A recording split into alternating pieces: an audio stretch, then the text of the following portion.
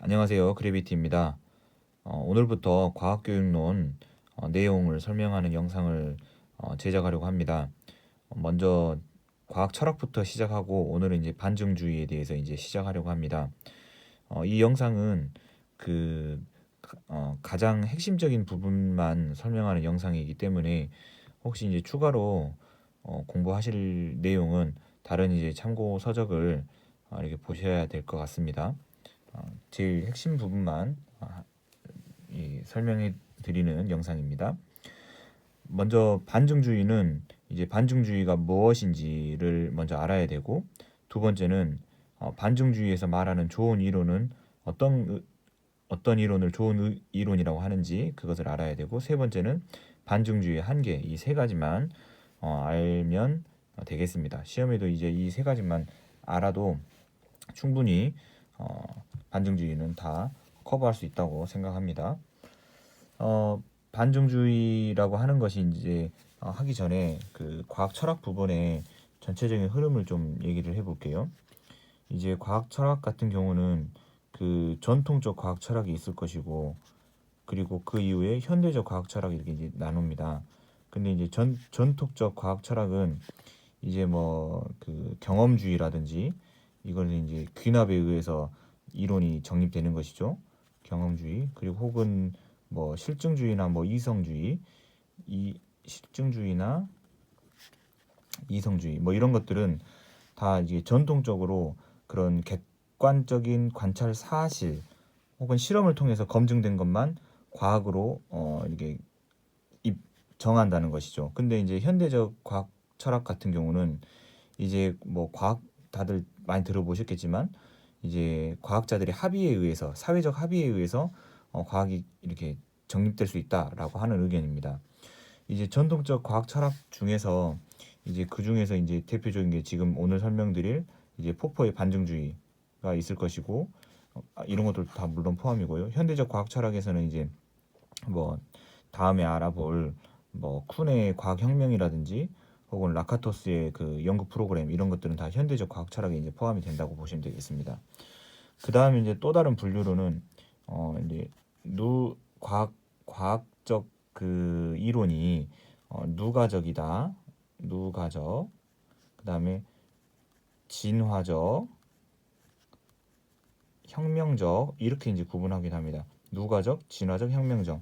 그래서 누가적 모형에 의해서 이제 과학이 정립이 된다라고 하는 것은 어, 이 격변적이라고 하네요. 격변적. 그다음에 이거는 개념 형성. 그다음에 개념 분화. 그다음에 개념 교환. 이제 누가적 모형에 의해서 과학이 이렇게 정립이 되면 이것은 개념이 형성되는 과정이다라고 말하는 것이고, 뭐 진화적 과정에 의하면 뭐 이렇게 과학 개념이 분화가 된다 이렇게 말하고, 혁명적 격변적 모형에서는 이 과학이 교환에 의해서 개념이 교환돼서 새로운 과학 개념으로 바꿔진다는 의미죠. 그래서 누가적 모형의 예로는 뭐 경험주의, 실증주의 이런 것들이 이제 누가적 모형에 해당되고, 개념 분화로서 이렇게 되는 진화적 모형으로는 이제 포퍼의 그 반중주의, 그 다음에 라카토스 연구 프로그램, 그 다음에 이제 격변적 모형, 혁명적 모형, 개념 교환에 의해서 과학이 이게 진화된다라고 하는 것은 이제 쿤의 과학혁명 이렇게 되겠습니다. 그래서 이게 이제 전체적인 틀이고, 그 중에서 오늘은 이제 포퍼에 대한 내용을 합니다. 자, 포퍼의 반중주의는 이제 어떤 과학 사실이 그게 사실인지 확인할 수는 없고 틀린 것만 확인할 수 있다라고 말합니다. 그래서 그 어떤 과학 사실이 이제 정립됐을 때 그 과학 사실이 옳다는 것은 입증할 수가 없다는 거죠. 하지만 틀린 사례만 한 가지만 발견돼도 그 과학 사실은 틀렸다라고 말할 수 있기 때문에 음, 과학 그런 사실이 이론이 틀렸다는 것만 검증할 수 있는 거고, 맞는 것은 확인할 수가 없다라고 이제 주장합니다. 포퍼가요. 그래서 이제 포퍼는 이 반중주의를 설명할 때 이렇게 설명을 합니다. 이 포퍼가 말한 문장인데요. 과학적 이론의 참 가치는 절대적으로 입증되거나 개연적으로 확증될 수 없으며 오로지 반증만이 가능하다. 저는 이제 이렇게 문장을 이제 외웠어요. 그냥 이렇게 앞 글자 따서 이렇게 외웠는데 이건 잘 안 외워지고 그냥 자꾸 읽어서 외워야 될 것 같아요. 절대적으로 입증된다. 그리고 개연적으로 확증된다. 절대적으로 입증된다는 말은 그게 사실인지 아닌지를 확인할 수가 없다라는 말이고, 개연적으로 확증된다는 말은 확률로서도 증명할 수 없다 이런 말입니다. 그래서 맞는 것은 옳은 것은 확인할 수가 없고 오로지 틀린 것만 확인할 수 있다 이렇게 주장한다는 것이죠. 근데 그러면 반중주의에서 말하는 이론들은 언젠가는 다 틀린 것이라고 검증될 수도 있는 이론들인 거예요. 근데 아직 틀렸다고 말하진 않은 이런 이론들이죠. 그래서 자, 좋은 이론으로 넘어갑니다. 반중주의에서 말하는 그럼 좋은 이론은 뭐냐면 반증될 수 있는, 그러니까 틀렸다고 말할 수 있는 가능성은 높지만 아직 틀렸다고 밝혀지지는 않은 이론. 이게 좋은 이론이다. 이렇게 말합니다. 좀 어려운데 예를 여기다 제가 써놨습니다. 자, 지구가 태양 주위를 공전한다라고 하는 이론이 있어요. 그 다음에 두 번째 이론은 지구가 태양 주위를 타원 궤도를 그리며 공전한다라는 이론이 있다고 해볼게요. 그러면 태양 주위를 그냥 공전한다라고 하는 이론과 타원 궤도를 그리며 공전한다라고 하는 이 두 이론 중에서 뭐가 더 반증 가능성이 높을까요? 반증 가능성 단어를 써볼게요. 반증 가능성이라는 말은 틀렸다고 확인될 수 있는 가능성이 높은 거죠. 그냥 공전한다라고 하는 것이 틀렸다고 하는 과정을 공전을 안 하는 경우겠죠.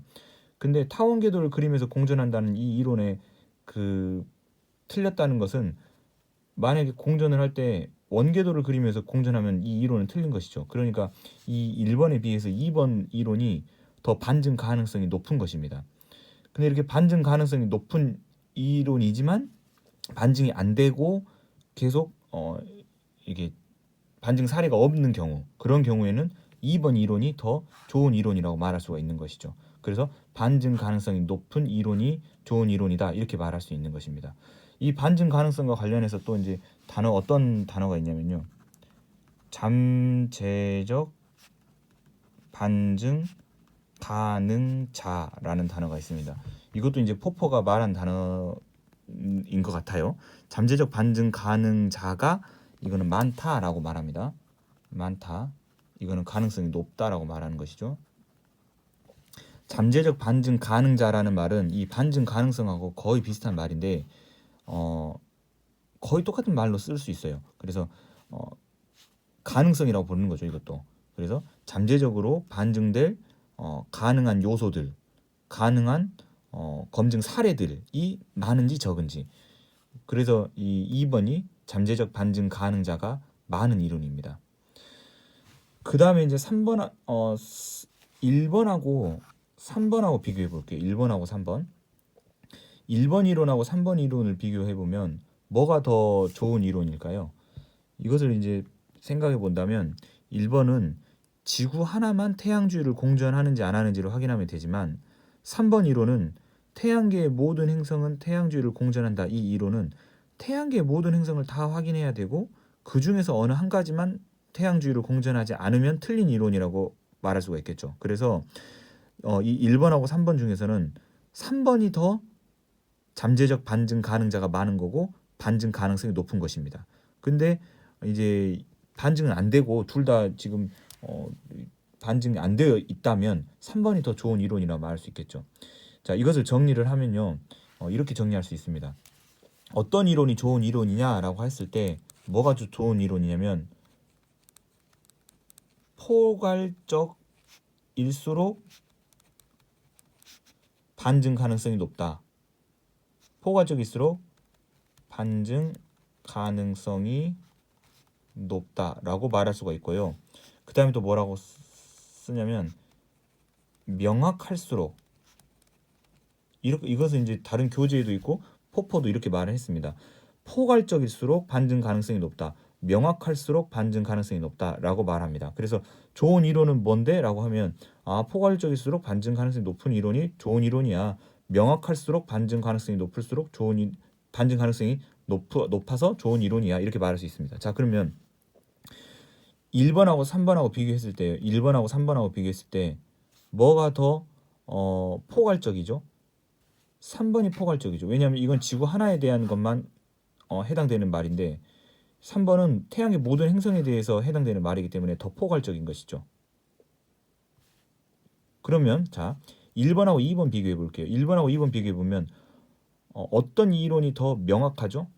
2번 이론이 더 명확하죠. 왜냐하면 궤도에 대해서 언급은 없지만 이거는 타원 궤도라고 해서 더 명확하게 써져 있죠. 그래서 저는 이것을 어떻게 정리했냐면 이렇게 정리했습니다. 주어가 포괄적일수록 반증 가능성이 높다. 서술어가 명확할수록 반증 가능성이 높다. 저는 이렇게 정리했어요. 주어 서술어라는 말은 저도 이제 뭐 책을 여러 권 봤지만 이 과학교육론 책을 여러 권은 뭐 5권 이상 봤지만 이 포퍼가 이렇게 말하진 않았어요. 어느 책에도 이렇게 주어가 포괄적이다, 서술어가 명확하다는 말은 없습니다. 그래서 저도 가로를 쳐둔 이유가 만약에 시험에 우리 임용 시험에 이 어떤 이렇게 이론들이 있고 뭐가 더 반증 가능성이 좋은 이론이냐, 그럼 그 이유는 뭐냐라고 했을 때 뭐 주어가 그냥 포괄적이라고만 써야 돼요. 그냥 명확하다고만 써야 돼요.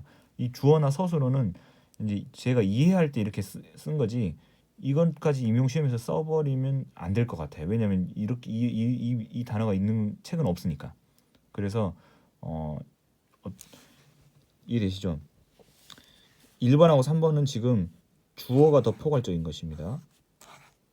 그 다음에 1번하고 2번 비교할 때 요거 1번하고 2번 비교할 때는 서술어가 이게 서술어가 맞는지 모르겠어요. 타운 궤도를 혹은 뭐 원궤도를 이렇게 한다면 이게 더 명확하게 써졌으니까 서술어가 명확하게 써졌으니까 반증 가능성이 높다. 저는 이렇게 이해했습니다. 그리고 이제 좋은 이론은 잠재적 반증 가능자가 많다. 아직까지 반증되지 않은 이론이다. 이렇게 되어 있습니다. 자, 그 다음에 이제 세 번째 이제 한계입니다. 반증주의 한계. 반증주의의 이제 한계는 이 이제 포퍼가 이렇게 뭐 반증을 겪으면 좋은 이론이야. 그리고 이제 반증이 한 번이라도 되면 그 이론은 가차없이 폐기돼야 돼라고 말을 했지만 실제로는 그렇게 안 됐었어요. 이제 과학 역사적인 그런 사례들을 보면 그렇게 한 번 반증이 됐다고 해서 틀렸다고 얘기가 나왔다고 해서 바로 그 이론이 폐기되고 그러지는 않았었습니다. 근데 왜 그랬냐 한다면 첫 번째는 관찰의 이론 의존성 때문입니다. 관찰의 이론 의존성. 예를 들어서 우리가 이게 타원 궤도를 이번 이론이라 해볼게요. 지구의 궤도를 이제 타원 궤도인지를 이제 이렇게 확인하는 그런 관찰을 했어요. 그런데 관측 장비가 안 좋아서 이게 타원 궤도인데 타원 궤도가 아니라고 이게 관찰이 된 거예요. 관측 장비가 안 좋아서. 그래서 이런 경우는 관찰을 실제로 했을 때 이게 관측 장비 때문인 건지 아니면 이론 자체가 틀린 것인지를 모른다는 것이죠. 그래서 이런 경우가 있기 때문에 관찰의 이론 의존성으로 그 관찰한 사실이 진짜인지 아닌지 참인지를 보장할 수가 없기 때문에 그 반증주의 한계다라고 말할 수 있습니다. 그 다음에 이제 두 번째는 보조 가설에 따라서 반증 결과가 달라질 수 있다. 저는 이제 이렇게 썼는데요. 한번 그냥 일단 이거부터 보시게요. 저는 1, 2, 3을 처음에 정리를 했다가 4를 하나 추가했어요. 역사적 사례 미일치. 그러니까 반증되면 폐기가 안 되고 남아있다. 지금까지 반증됐는데 폐기가 되지 않고 그대로 남아있었던 역사적 사례가 있기 때문에 반증주의 그 주장과 포퍼의 주장과는 일치하지 않는다. 그래서 반증주의 한계다라고 말한다는 거예요. 그런데 이제 어떤 책은 1번하고 4번이 그 같은 거라고 이제 써져 있는 책도 있더라고요. 그래서 4번을 일단 따로는 저는 이렇게 써놨습니다.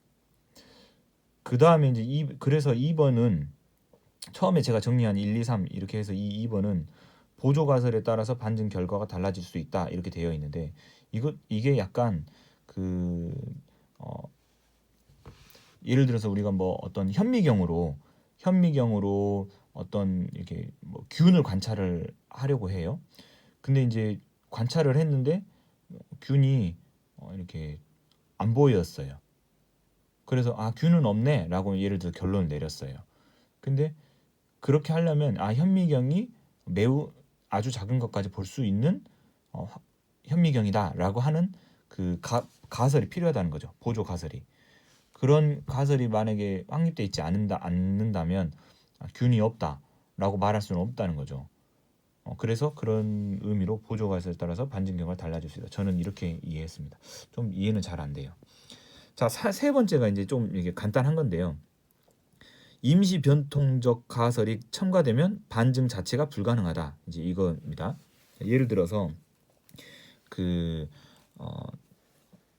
연소가 일어나면 나무가 탔어요. 나무가 탔는데 그 옛날에 그랬대요. 플로지스톤이 날아가서 그 질량이 줄어들 거야라고 이제 가정을 했대요. 그런 이론이 있었대요. 근데 질량을 측정해 보니까 질량이 오히려 늘었대요. 그래서 그럼 이론이 틀린 거잖아요. 그 연소가 일어나서 플로지스톤이 날아간다. 그래서 질량이 감소한다라는 이론이 틀린 건데 이제 그 주장했던 과학자들은 플로지스톤이 음의 무게를 가진다라고 얘기를 했대요. 이제 그런 것들은 그렇게 말해버리면 그 음의 무게를 검증할 수는 없잖아요. 그래서 임시 변통적 가설이라고 말한다는 것이죠. 그리고 뭐 그런 저도 잘은 모르지만 뭐 물리에서는 에테르라는 부분, 그 다음에 또 뭐 지구과학에서는 그 뭐 달의 표면에 실제로는 울퉁불퉁한데 이제 완전한 구라고 이제 주장을 한 것에 대해서 투명한 관찰되지 않는 투명한 것으로 둘러싸여 있어서 평평하다라고 하는 것을 뭐 주장한다든지 그런 식으로 검증이 안 되는 그런 가설을 임시 변동적 가설이라고 하고 그것을 하면 반증 자체가 안 되니까 반증주의 문제점이라고 말할 수 있겠습니다.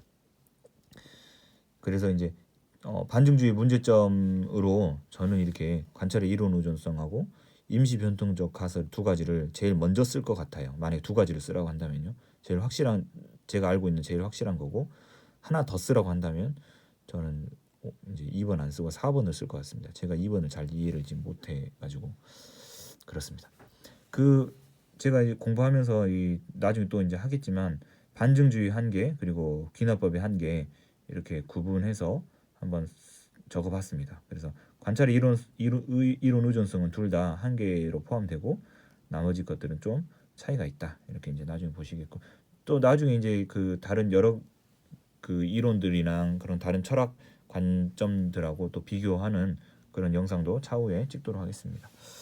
자, 정리를 하면 반증주의라는 것은 포퍼가 주장했는데 이론의 옳다 절대적으로 입증할 수 있거나 혹은 그 개연적으로 확증할 수는 없고 오히려 오로지 반증만이 가능하다. 오히려 틀린 것만 검증할 수 있다라고 하는 것이고 좋은 이론은 어떤 거냐면 잠재적 반증 가능자가 많은 이론이다.